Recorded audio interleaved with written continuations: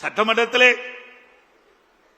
பெரும்பான்மையை நிரூபிக்கின்ற பொழுது இங்கே இருக்கின்ற மேடையிலே வீட்டிருக்கின்ற அமைச்சர் பெருமக்கள் அப்பொழுது அமைச்சராக இருந்தால் அந்த காட்சியெல்லாம் நாம் பார்த்தோம்.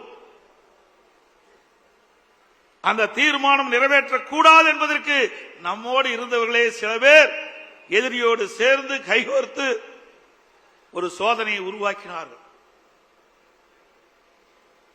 சட்டமன்ற மாமன்றத்திலே சட்டப்பேரவை தலைவருடைய உத்தரவின் பேரிலே பெரும்பான்மை நிரூபிக்கின்ற தீர்மானத்தை கொண்டு வருகின்ற பொழுது இப்பொழுகின்ற முதலமைச்சர் அன்றைக்கு எதிர்க்கட்சி தலைவராக இருந்தார். அவரும் அவரோடு சேர்ந்த சட்டமன்ற உறுப்பினர்களும் எப்படி நடந்து கொண்டார் என்பது தொலைக்காட்சியின் வாயிலாக நாம் அத்தனை பேரும் பார்த்தீர்கள். உங்களுடைய ஆதரவால் சட்டமன்ற உறுப்பினருடைய ஆதரவால் முதலமைச்சராக தேர்ந்தெடுக்கப்பட்டு அந்த தீர்மானத்தை நிறைவேற்றுகின்ற நிலையிலே என் மீது என்னுடைய மேஜின் மீது ஏறி டான்ஸ் ஆடுறாங்க திமுக எம்எல்ஏ. இங்க இருக்கின்ற அமைச்சர்கள் முன்னரசில் இருக்கின்றார்களே அமைச்சர்கள் மீது அமைச்சருடைய மேஜின் மீது ஏறி டான்ஸ் ஆடுறாங்க. சட்டப்பேரவை தலைவர் அவரை கீழே இழுத்து தள்ளி அவருடைய இருக்கையிலே அமர்கிறார்கள்.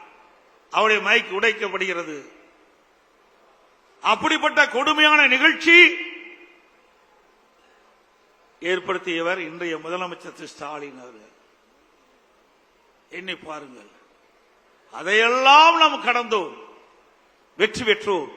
அது பொறுத்துக் கொள்ள முடியாமல் சட்டையை கிழித்துக் கொண்டு வீதியிலே தெரிந்தவர் தான் இன்றைய முதலமைச்சர் ஸ்டாலின் அவர்கள். ஸ்டாலின் அவர்களே, அன்றைக்கு நீங்கள் சட்டையை கிழித்துக் கொண்டுதான் வெளியே சென்றீர்கள்.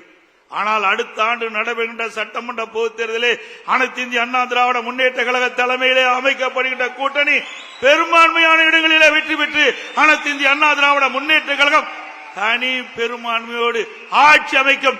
அப்பொழுது எந்த நிலையில் இருப்பீர்கள் என்று தெரியவில்லை.